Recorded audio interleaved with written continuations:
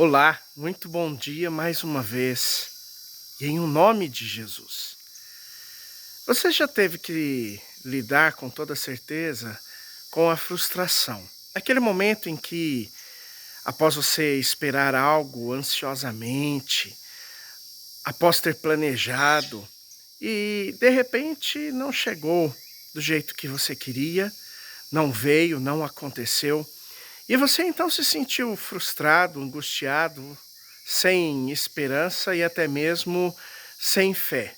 E na maioria das vezes até passa a brigar com Deus, a questionar a sua fé e a colocar então em xeque a sua escolha em confiar em Deus, em ser alguém espiritual.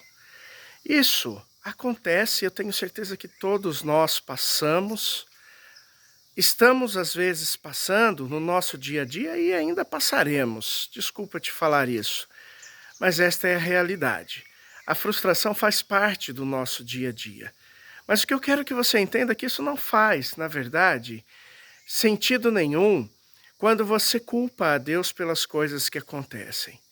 Porque, naturalmente, nós como pessoas, como homens, como ser humano, nós sempre temos a tendência a culpar alguém, ou então tentar compreender, às vezes, aquilo que não é compreensível. E sabe, muitas vezes nesse processo, nessa caminhada de relacionamento, principalmente com Deus, quando as coisas não saem do jeito que nós queríamos, nós o questionamos, nós então, às vezes por alguns instantes, dias, alguns até meses e anos, perdem a sua fé, deixam de adorar e buscar a Deus na sua intimidade, justamente porque a frustração tomou conta e aí chega no seu coração a síndrome de Elias. Elias, ele foi um grande profeta de Deus, conhecido na sua época como alguém que temia Deus e que tinha grande poder por parte dele. Ele enfrentou exércitos, reis, rainhas, e ele viu grandes coisas acontecendo. Mas quando a frustração bate no seu coração, ele vai então para a caverna e ele se isola. E ele talvez seja o primeiro caso bíblico que nos é apresentado sobre a depressão profunda. E nós sabemos que a depressão é aquele momento onde você se isola, você se coloca como alguém que vive a sua miséria constantemente ao ponto de que ela roube todas as tuas forças, todas as tuas necessidades vitais, como, por exemplo, a fé. Tira também a fome, tira a alegria, tira os relacionamentos, mas principalmente a fé. E aí é a hora de Deus vir e preparar dentro do seu tempo momentos em que depois você consiga restaurar a sua dependência dele. Sabe, a Bíblia diz que essa síndrome, ela se faz necessária no sentido de que através da certeza e reconhecimento de que uma hora nós estamos fortes e outra hora nós estamos fracos, e que seja um momento ou outro, nós estamos totalmente na dependência de Deus. Isso para que nós nunca o esqueçamos. Isso é extremamente importante. Saber que Deus está conosco. Nós temos tantos testemunhos, tantos exemplos de que Deus não nos abandona. Apenas a questão é que nós diariamente, minuto a minuto, nós temos que exercer a nossa fé, a nossa confiança.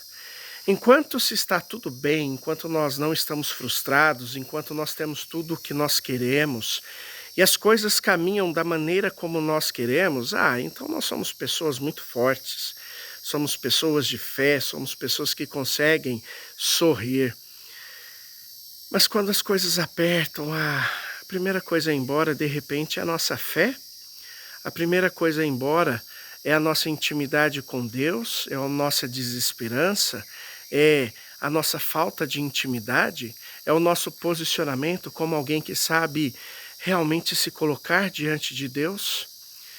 Essa semana, um amigo meu muito querido, que eu tenho como pai, ele retornou para casa após a semana passada ter amputado um dos seus pés por causa do diabetes. E em todos os momentos em que eu estava conversando com ele, seja o antes, seja o pós-cirurgia, ele mesmo com todas as preocupações e dizendo assim: Heitor, eu questionei a Deus, eu perguntei a Deus o porquê. E mesmo assim, eu pude ver na fisionomia dele a esperança. Eu pude ver, mesmo diante dessa pergunta, a necessidade de Deus expressa nas suas palavras e a certeza de que Deus estava com ele. E ele disse que um pouquinho antes da cirurgia ele teve medo, mas um medo natural, não um medo de não saber para onde iria caso o pior viesse a acontecer, mas o medo talvez de ter que se desprender do andar, ter que se desprender da vida antiga e começar uma nova vida. E eu percebi que ele, em momento algum, perdeu a esperança. Em momento algum, ele deixou com que a certeza de que tudo sairia conforme Deus havia preparado para a vida dele, deixaria de acontecer. Que aconteceria, que Deus estaria no comando. Ah, que coisa linda! Ah, que fé! Alguém que conseguiu lidar com a frustração com a maneira, como eu sempre digo, digna, com a dignidade de quem entende os propósitos de Deus na sua vida. Afinal, simples assim. Lute, busque. Mesmo que você se sinta frustrado, isso é totalmente natural, não se culpe. Apenas não perca a sua fé. Apenas não duvide de que Deus tem algo maravilhoso para a tua vida. Talvez não seja o momento. A bênção, quando nos chega, ela chega para ser vivida por completo. Não são 99%, 90%, 50% ou 30%. Afinal, o preço para a tua bênção foi muito caro. Foi a cruz de Cristo. Então, quando Deus nos dá, na hora que Ele nos dá, é para que nós tenhamos a oportunidade de vivenciar essa bênção 100%. Porque, apesar de não merecermos, Deus é misericordioso e Deus nos ama de uma maneira muito ímpar, muito especial. Por isso, o ame, creia, confie, lute contra a sua depressão, sua tristeza, sua frustração, sua angústia, porque vale a pena. Afinal, Deus veio para nos dar vida, e muita vida. Às vezes, nós é quem não queremos, ou às vezes, nós é quem permitimos, ou às vezes, nós é quem deixamos de exercitar a nossa fé, o nosso louvor e a nossa adoração. Simples assim. E que a graça do Senhor Jesus, neste domingo, te alcance poderosamente. Em o nome do Pai, do Filho e do Espírito Santo. Amém. Beijo no coração, simples assim, na presença do coração de Deus, o nosso Pai. Beijo.